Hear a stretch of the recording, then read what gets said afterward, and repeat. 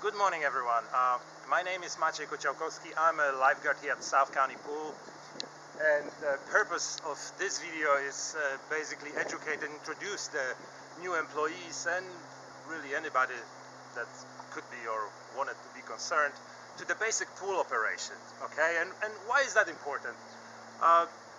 The better you understand what's going on in the pool and why, the more likely you are to prevent any possible failure. So basically, just like kind of say in your car, if you can listen to your car and you can detect something and address it early, you are more likely to avoid expensive repairs in the future and a basically failure-free operation, if you will, which is important for us here, that we don't have unexpected closures and etc.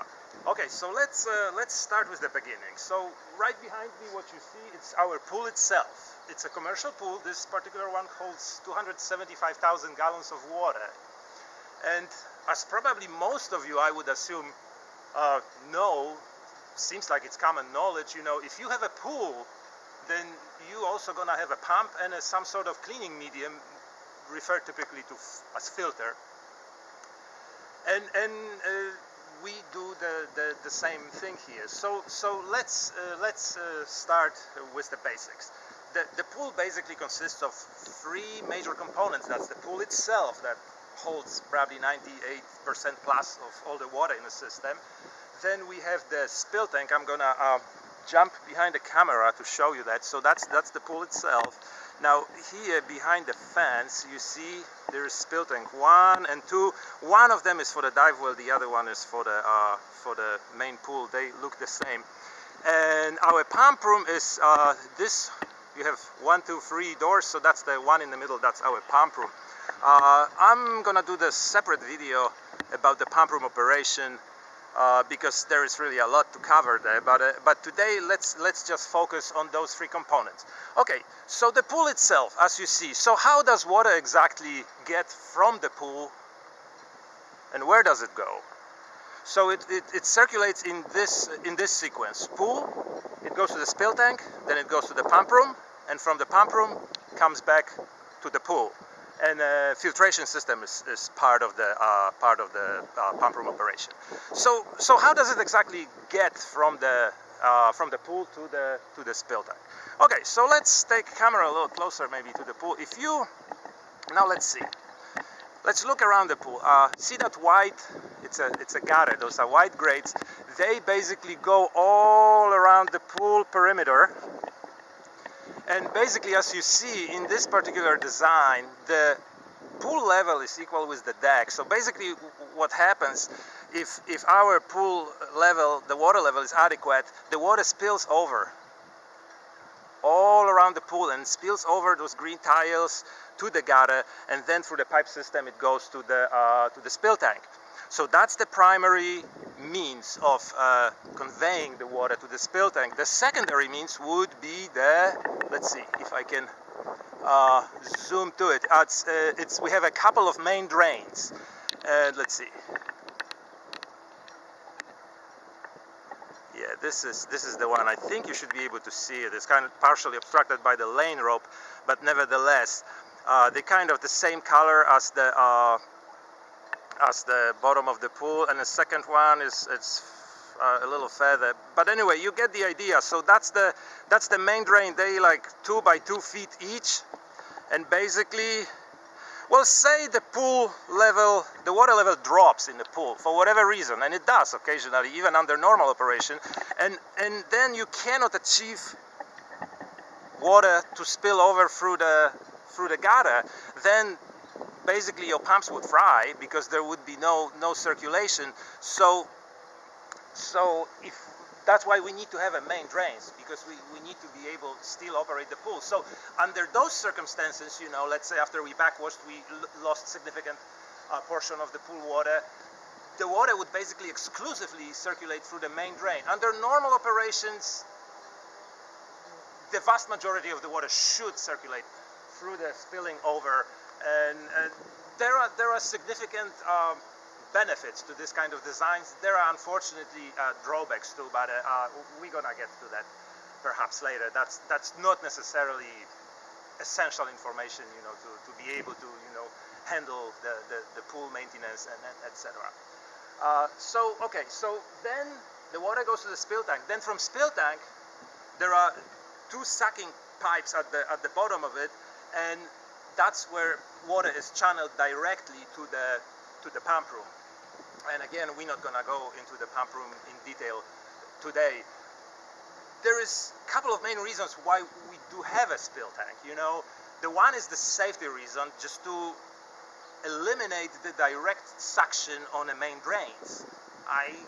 It's my assumption that there's been accidents before of some sort. So basically, this way, if we have this middleman in the form of the spill tank, then the water goes to the spill tank, and then it's sucked directly from the spill tank. But that simply relieves the pressure, I mean, or the suction. There is no suction on the main drains because of that. And the secondary purpose of the more practical, I would say, of the spill tank, if you have a large number of people entering the pool, then what happens? Those people displace significant amount of water. So now this water has to go somewhere. With this pool design, it can't increase the level because, as I said, as you can see, the water level is equal with the deck. So this water's got really nowhere to go. So the only place it can go is the spill tank. Unfortunately, our spill tank is way too small for the size of the pool. So if, you know, 20, 30 or more people enter the pool, typically we still lose significant portion of water, and then we lose it pretty much forever, along with all the chemicals we have in it. But anyway, that's the basically that's the purpose of it. Okay, so now the water comes back from the pump room, and it should be cleaned there. It should be checked and chemicals introduced, and also climate controlled, if you will, temperature controlled. Those are the functions that at least our pump room here performs. So how does it come back exactly? Which way it gets introduced? So again, I'm gonna jump behind the camera, and I'm gonna bring it a little closer, and you should see those. Let's see. All right, that should be a good spot. And I'm gonna zoom the camera on one of those spots. You see it's right on the edge of the black line on the bottom. There is one, there is two, and I guess against the sun we can't see very well. But anyway, I think it's like 9 of them along the whole lane, and there's like 6 rows through the whole pool. So there's like 54 of them, I believe, and one in a handicapped ramp. And that's how the water comes back from the pump room and shoots through those holes. The reason there's so many of them, because we want to, once this relatively chemically rich water comes back from the pump room, what we want it to mix rather well with existing water. So we're gonna have the uniform water, if you will. So basically that is why. Okay, so that's in a nutshell how the water circulates through the system. Now I wanna just tell you about there is a few common pitfalls. So let's say you see the pool overflows all of a sudden. Well, as I said, if we have a large number of people getting in it, that could happen. But let's say that didn't happen, and still water overflows the pool. So what could that mean? Well, one thing that could mean that your pumps are down. If your pumps are down, then a few minutes elapses, and basically then pool stabilizes. Water always tends to equalize the level, and then it will spill over, you know. So that's the first thing to check. Another common pitfall that could cause that is some sort of issue with the floater and auto refill valve in a spill tank, because that's how pool refills itself. If we lose significant portion of the water, and then the water level in the spill tank drops, it's had a floater activates or opens the autofill valve, and the water is being introduced into the spill tank just until it reaches the desirable level. Sort of like your floater in a toilet, your toilet tank. When you flush, then it takes 10-20 seconds to fill it back up. It's the same basic principle. Of course, it takes us more than 10-20 seconds to refill the pool. Okay, so what we're gonna do, we're gonna go first to the spill tank, I don't have cameraman here, but we're gonna, okay, so we're gonna go through the gate, and I have it actually, the spill tank, I have it already open, so you guys can see, and I wanna just show you here, this is our spill tank, and I don't know, I hope it shows, I mean, I can't really see against the sun, but that's the, let's see, that's the spill tank, and if I can zoom on it, well, since I can't see it, I'm not going to, but anyway,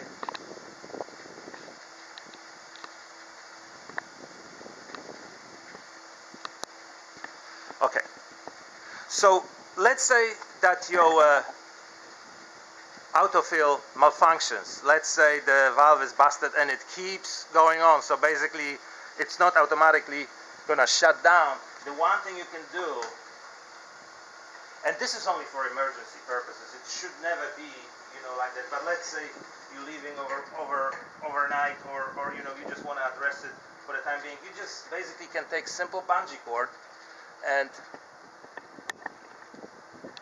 basically, and I don't know if you guys can hear it, but well, I can hear, because the autofill valve, which was actually running now, it makes the noise. This way you basically lift the floater, and what it does, it shuts the autofill off. Okay, so that's one thing. Now let's go further. We're gonna go now into, I'll show you the other issue. Well, if pumps are down, then they can be down for different reasons, and we don't really initially need to know why. But one of the main things, you see that it says electrical room, that's the pool emergency shut-off valve, and that's the reason why this cone is always here, because if this portion of the door gets open, then it automatically, unfortunately, hits that valve. So that's why we have the cone here, so it will hit the cone instead of this. But anyway, to restore pool operations, we're gonna go to our electrical room, and I just want to show you. Let's see. You see that thing? See that guy? What does it say? Shunt trip. Shunt trip, and it's got a X mark. And now it's in a position 1. If it's off, then it would be probably somewhere, like not all the way off, but probably somewhere here. So then what you need to do, you want to put it all the way to 0, and it requires significant force. It's the high amperage switch, but anyway, you put it all the way to 0, and then you push it all the way to 1, and that should restore pumps back to order. And you're gonna hear it. You're gonna hear it being here, because I already hear the pumps, even with the pump room door closed.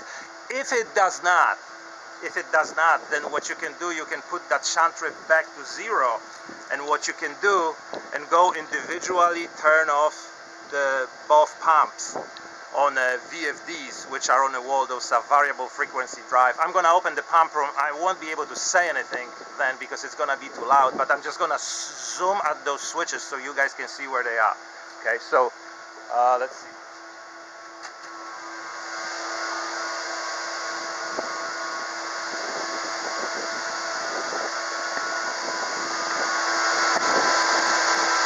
Okay, those are the VFDs, and you see those are the switches. Okay, one, and here's the second one. All right.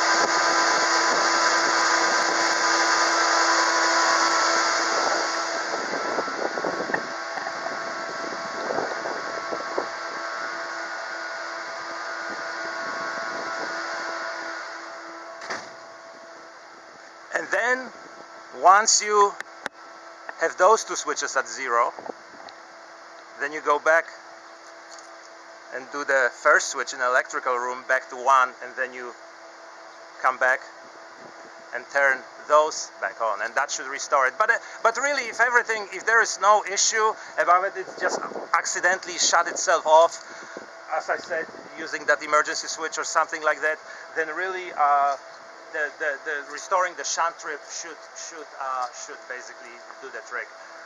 Guys, that's all I have for now. I don't want to drag this video into infinity. That was just basic overview. This is what you want to remember, which direction water circulates, which way. If you simply understand it, then you are better equipped to tackle any issue. And we always want to start from the beginning. My philosophy generally at work and in life is that instead of teaching somebody, or instead of giving somebody apple or banana, it's better to teach him how to grow the plant or tree. Well, you get the idea. Okay, so again from South County Pool, my name is Magic. Have a nice day, everybody. Thank you.